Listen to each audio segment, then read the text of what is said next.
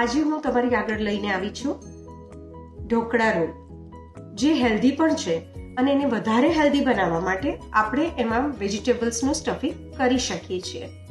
તો તેના માટે આપણે સામગ્રી જોઈ લઈશું. એવોકેડો છે. એવોકેડો મેં અડધો જ લીધેલો છે. અડધું કેપ્સિકમ જે ઝીણું સમારેલ છે. અને આ બેટર છે જે તમે ઇન્સ્ટન્ટ બેટર બી વાપરી શકો છો. અને જો તમે હેલ્ધી વધારે ખાવા માંગતા હો તો 1 કપ ચોખા અને 1/4 કપ અડદની દાળ લઈ તેનું બેટર બનાવવું અને એને બરાબર પલળી જાય પછી તેની અંદર દહીં, ગરમ કરેલું દહીં ઉમેરી અને એ બેટર જરૂરથી બનાવવું. આપણે લઈએ છીએ ચીલી ફ્લેક્સ, ઓરેગેનો અને સોલ્ટ. સોલ્ટ તમે સ્વાદ પ્રમાણે ઉમેરશો. હવે આ બેટરને આપણે ઢોકળા માટે મૂકી દઈશું. એ ઢોકળું રેડી કરવા માટે આપણે આ બેટરની અંદર સોલ્ટ ઉમેરીશું અને ઈનો ઉમેરીશું. હવે આ બેટર તૈયાર જે થયું છે તેમાં આપણે 1 ટેબલસ્પૂન તમારા ટેસ્ટ મુજબ તમે ઉમેરી શકો છો. કોઈને વધારે જોઈએ, કોઈને ઓછું જોઈતું હોય તો તે પ્રમાણે તમે કરી શકો છો. હવે તેને આપણે હલાવી લઈશું. બરાબર આપણે એને હલાવી લેવાનું છે અને બેટર આપણું આવું હોવું જોઈએ કે તમારે ખરેખર એનું ધ્યાન રાખવાનું છે. હવે આપણે એમાં ઈનો ઉમેરીશું. ઈનાના પેકેટમાંથી આપણે માત્ર અડધું જ પેકેટ યુઝ કરીશું અને આપણે એને બરાબર હલાવી દઈશું. તમે જોઈ શકો છો કે બેટર થોડું ફ્લફી થઈ રહ્યું છે. હવે એની અંદર થોડા મરી ઉમેરીશું. આ આપણે રેડી કરી લીધું છે. હવે તેમાં આપણું બેટર આપણે ઉમેરી દઈશું.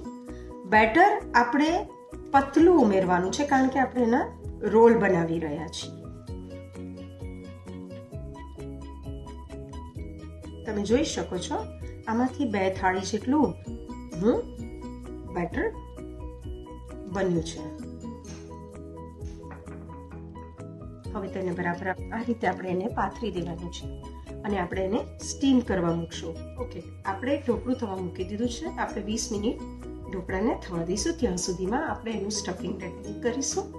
તો સ્ટફિંગ માટે જોઈશે આપણે લઈશું એવોકેડો.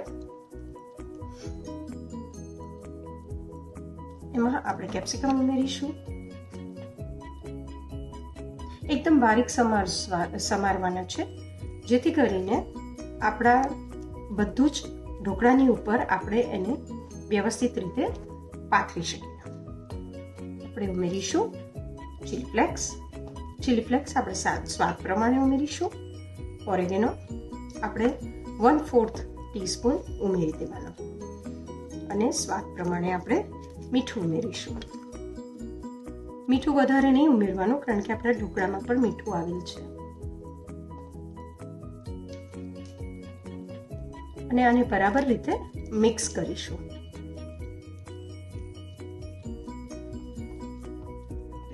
આપણે એમાં લાંબા લાંબા કાપા પાડી લઈશું. થોડા પોળા રાખવાના જેથી કરીને આપણને રોલ વાળતા દેખાય.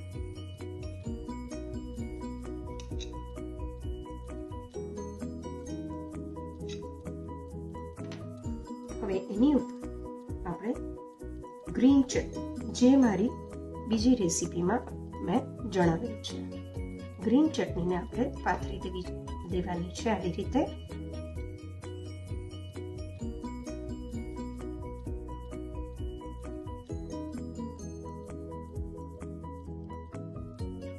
તમે જોઈ શકો છો વ્હાઈટ, ગ્રીન અને હજુ આપણે એમાં રેડ કલરની ચટણી કે જે આપણે વડાપાઉંમાં ઉમેરતા હોઈએ છીએ તે ચટણીને થોડું વધુ તીખું કરવા માટે તમે ઉમેરી શકો છો.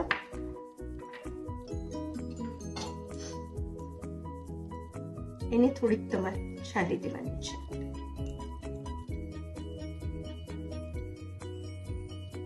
બહુ સ્પાઇસી ન જોઈતું હોય તો આ ચટણી તમે ઓપ્શનલ છે.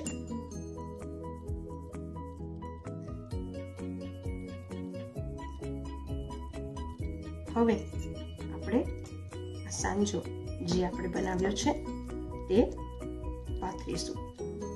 આ તમે જોઈ શકો છો, એમાંથી જરા પણ પાણી પણ છૂટ્યું નથી.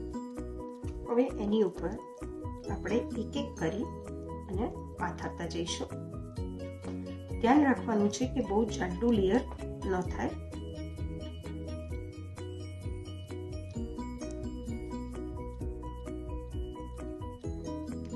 જોઈ શકો છો એકદમ પતલું લેયર માટે જ આપણે બારીક બધા વેજીટેબલને સમારવાના છે કે જેથી કરી અને તે આની અંદર બરાબર રીતે સ્ટફ થઈ જાય.